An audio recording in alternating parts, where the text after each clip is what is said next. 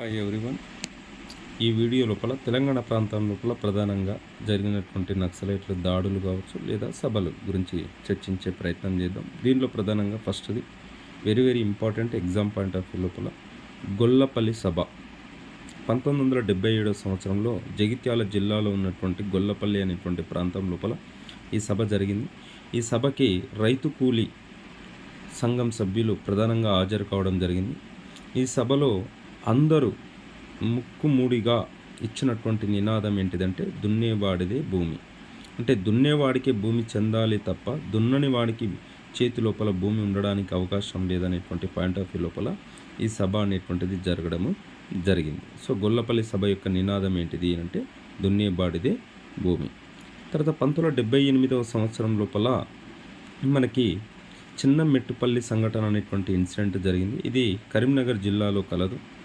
So ఈ చిన్న మెట్టుపల్లి అనేటువంటి ప్రాంతం లోపల అక్కడ ఉన్నటువంటి భూస్వామి జగన్మోహన్ రావుని ఆ రైతు కూలీలు దాడి చేసేటువంటి ప్రయత్నం చేసింది. ఈ సందర్భం లోపల తన అల్లుడు అయినటువంటి బోర్నపల్లి సురేష్ సో రైతులపైన దాడి చేయగా కాల్పులు జరపగా 19 మంది గాయపడడం జరిగింది.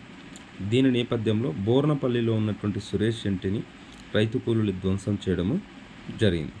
ఇదే 1978 సంవత్సరం లోపల మద్దనూరు సంఘటన, ఇది జగిత్యాల జిల్లాలో కలదు.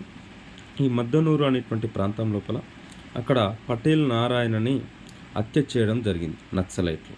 అంతేకాకుండా ఆ గ్రామంలో ఉన్నటువంటి భూస్వామి అయినటువంటి రాజేశ్వరరావుని గ్రామ బహిష్కరణ చేసి ఆ గ్రామం నుంచి వెలివేసి తన యొక్క 200 ఎకరాల పొలంలో ఉన్నటువంటి టేకు చెట్లని రైతు కూలీలు ఎడ్ల బండ్లపై తీసుకొని వెళ్ళడము జరిగింది. సో ఈ విధంగా 1977 సంవత్సరం లోపల గొల్లపల్లి సభ జగిత్యాల జిల్లా, 1978లో మద్దనూరు సంఘటన జగిత్యాల జిల్లా, 1978 లోపల చిన్న మెట్టుపల్లి సంఘటన కరీంనగర్ జిల్లాలో జరగడం జరిగింది. సో మరికొన్ని అంశాలు తర్వాత వీడియోలో తెలుసుకునే ప్రయత్నం చేద్దాం. Thank you.